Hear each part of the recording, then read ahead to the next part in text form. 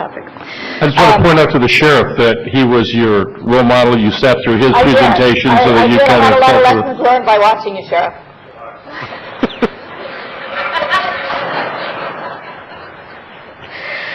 So I have a few slides to share with you today. I want to first kind of give you an overview of where we're at and why the legislature wanted to have this conversation with us. And then we're going to review exactly what AB, Assembly Bill 413, has in it in terms of content, and then what it would mean to Clark County if it was approved. With me today, I have got Mark Trostyle, who is our Director of Finance, who will be available to answer any questions. And he has with him as well Peter Schellenberger, Guy Hobbs, who are our financial team, and also John Swenside is available, who's our bond counsel. And these are incredible gurus and experts in their areas. I also have Dr. Fred O'Heaney from the RTC and the public works directors from each one of the entities with us for the purposes of discussing any project-related questions that you might have. So let's talk a little bit about sources of funding for the streets and highways in Clark County. There are two primary sources of revenue. One is fuel tax, and the other is sales tax. RTC receives about $60 million a year in fuel tax, and we receive a 1/4 cent of sales tax that goes to both streets and highways programs and also operating the transit system. What we want to talk about today, what the legislature wanted to talk about, was motor vehicle fuel tax. Right now, motor vehicle fuel tax is a flat tax, and it has been that way since 1995. Each time you buy a gallon of gas, you are paying 52.2 cents in tax. That tax is split up between different agencies. 18.4 cents of that goes to the federal government. About 23% of that in total goes to the state. 9 cents of that comes to Clark County. And then there's about 1.5 cents in miscellaneous smaller taxes. So what we want to talk about today is that 9 cents that comes to Clark County. In the past, the amount of funds that we have had available to spend on streets and highways has been about $136 million a year. Going forward, we're going to have about $22.4 million a year to invest in streets and highways. And that's due to a couple things. One, we are seeing a decrease in the amount of fuel that people are buying for a couple reasons. We're seeing cars becoming much more efficient. In 1993, an average car was getting about 20 miles per gallon. Now we're seeing cars that are getting, it's very typical to see 25 miles per gallon. Also, people are buying less fuel. The other thing is we have bonded against that revenue source to the point now that revenue source is dedicated to debt payment as opposed to continuing to invest further in streets and highways programs. So, in fact, in 2009 is when we issued that bond, and when doing so, we had about 48 projects go out and created about 3,000 jobs. Adding insult to injury is the fact that the purchasing power of that 9 cents per gallon has decreased as well. Back in the 90s, there's actually been a decrease of almost 60% if you're taking a look at the consumer price index. So legislature came to us and asked, well, what does this mean exactly? Moving forward, knowing you've only got $22.4 million to invest in streets and highways programs, what does that really mean in layman's terms? It means that we'll be able to invest build about one interchange per year, or 1 mile of roadway in each one of the jurisdictions, so a mile in City of Las Vegas, a mile in City of Henderson, a mile in unincorporated Clark County, or one beltway segment without bridges. And all of this does not include the costs associated with land acquisition. There was also a discussion about moving forward and how we leverage federal funds. In the past, it's always been that for every $1 or for every $4 that you sought in federal funds, the local government would be required to kick in $1. It's an 80-20 split.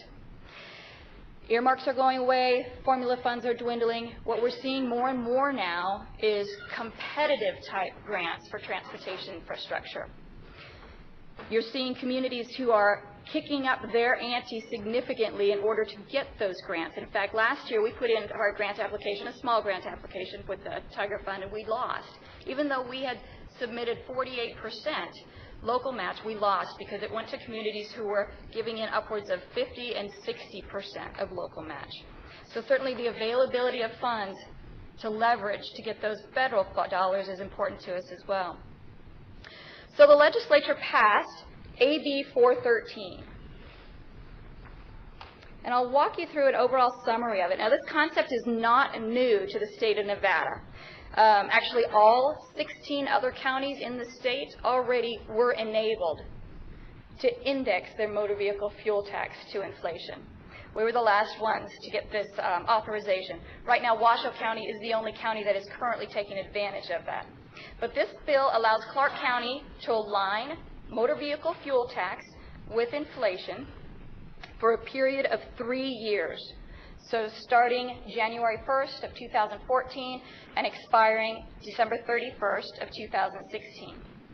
This index is calculated using a 10-year average of construction costs. They use it's called a producer price index.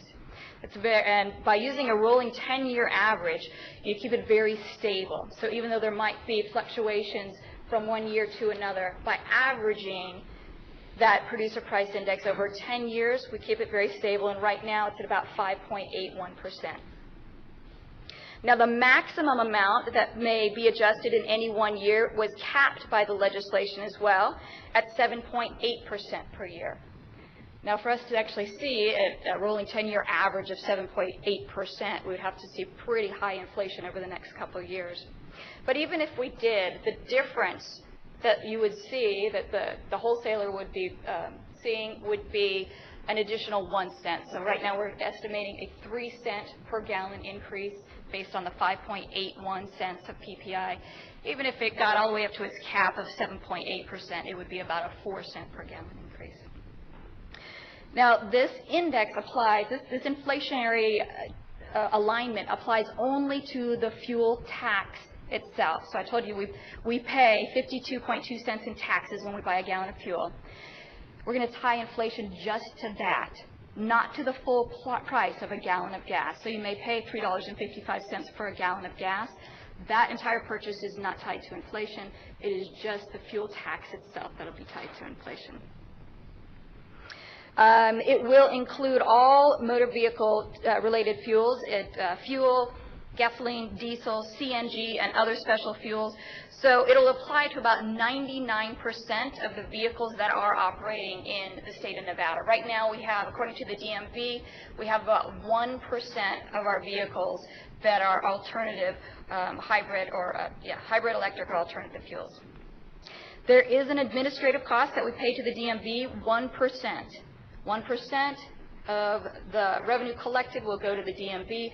99% of the revenue collected then by statute has to go to projects and project management. The bill must be approved by the Clark County Board of Commissioners by a 2/3 majority vote, and it must be acted on by October 1st of 2013, or we lose the ability to consider it. Also, as part of the language, there will be 2 ballot initiatives that will be on the ballot in the year 2016. The first one will be worded, depending on what happens with the county commission, will be worded either that if the Clark County Board of Commissioners approves the ordinance, a ballot question will ask Clark County residents to continue fuel tax indexing through November 6th of 2026, or if the Clark County Board of Commissioners does not approve this ordinance, a ballot question will ask the Clark County residents to, if they want to initiate a fuel tax indexing program starting January 1st, 2017 through November 6th, 2026. So that'll be one of the items.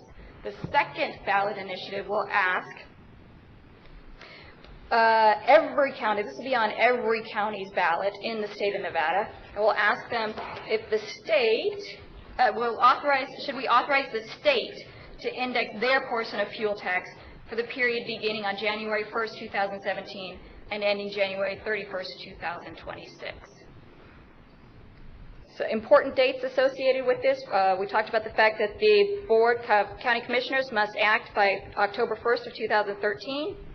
The taxes, if approved, would be implemented January 1st of next year and expire January 31st of 2016. And again, there will be those 2 ballot initiatives on the November 8th ballot of 2016. So that is a summary of Assembly Bill 413. The other question that we hear and heard throughout the legislature was, what would this mean to the constituents? We know we need this revenue, but what is it going to mean to the people who live here in Clark County? On average, over the 3 years, it will average out to about a dime a day. And the assumptions that were made for this was that using a vehicle traveling for, on average, 13,400, so about 13,500 miles a year, with an efficiency of about 25 miles per gallon, so they would be purchasing about 539 gallons per year.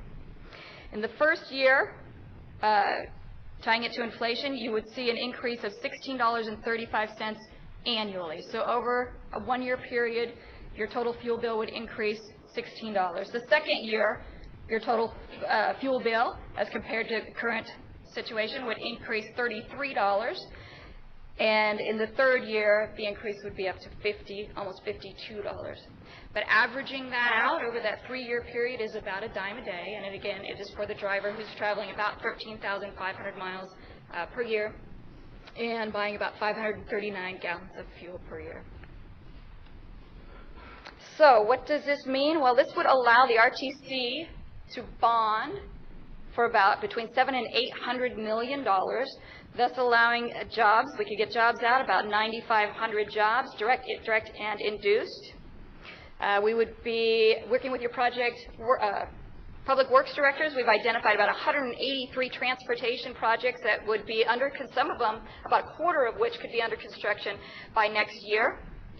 And some of the projects that we talked a lot about in the legislature, a lot of interest for critical need projects, regionally significant projects such as I-11, completing the Beltway to freeway standards, continuing to invest in technology as it relates to managing traffic. We know that with a well-timed corridor, you can get up to 20% capacity increase just by investing in the technology.